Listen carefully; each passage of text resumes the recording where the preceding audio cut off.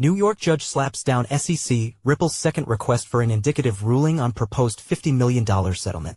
In a 5-page ruling issued Thursday, District Judge Analisa Torres bristled at the party's request she dissolve a permanent injunction ordering Ripple to obey the law. A New York judge has rejected a joint request from the U.S. Securities and Exchange Commission, SEC, and Ripple Labs for her to approve a proposed settlement agreement that would slash Ripple's civil penalty to $50 million and dissolve the permanent injunction against the firm. It is the proposed removal of the permanent injunction and not the $50 million civil penalty discounted from the original $125 million imposed by the court last year. That appears to be the sticking point for District Judge Analisa Torres of the Southern District of New York, SDNY, who wrote in her Thursday ruling that a permanent injunction against further violations of federal securities laws was, as the SEC suggested at the time, warranted because of the enormous sums of money Ripple made in violating the law and Ripple's incentives to continue doing so.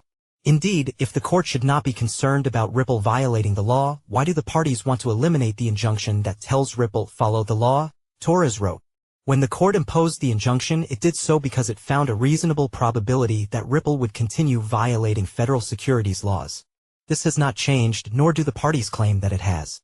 The request comes amid sweeping changes at the SEC following the election of U.S. President Donald Trump in January and the subsequent departure of former SEC Chair Gary Gensler. Under the SEC's new leadership, the regulator has adopted a more crypto-friendly regulatory posture, creating a crypto task force spearheaded by Commissioner Hester Pierce and dropping a host of investigations and litigation against crypto companies. However, as Torres pointed out in her ruling, most of those cases were dismissed by the SEC before a court found a violation of federal securities laws. Regardless of leadership changes, the SEC has avoided whipsawing between arguments in ongoing litigation in order to protect the agency's credibility, said Corey Freyer, Director of Investor Protection at the Consumer Federation of America. In granting favors to crypto companies, SEC leadership has chosen to tarnish a 90-year reputation the agency carefully built.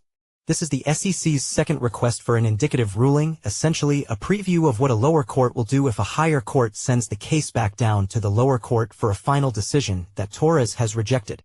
In May, she slapped down the first such attempt, citing both jurisdictional and procedural flaws.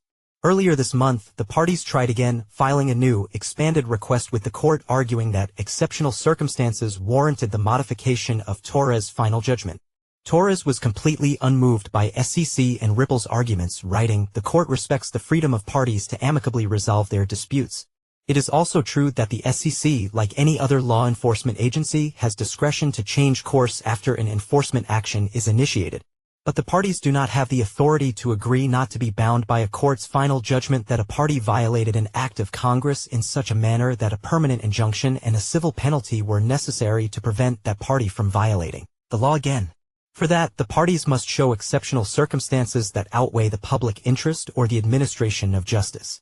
They have not come close to doing so here. If the parties genuinely wish to end this litigation today," Torres wrote, "they have two other choices. They can either withdraw their ongoing appeals in the case, or they can take an appeal. Neither option involves requiring this court to absolve Ripple of its obligations under the law," Torres said. On the news team at CoinDesk, Cheyenne focuses on crypto regulation and crime. Cheyenne is originally from Houston, Texas. She studied political science at Tulane University in Louisiana. In December 2021, she graduated from CUNY's Craig Newmark Graduate School of Journalism, where she focused on business and economics reporting. She has no significant crypto holdings.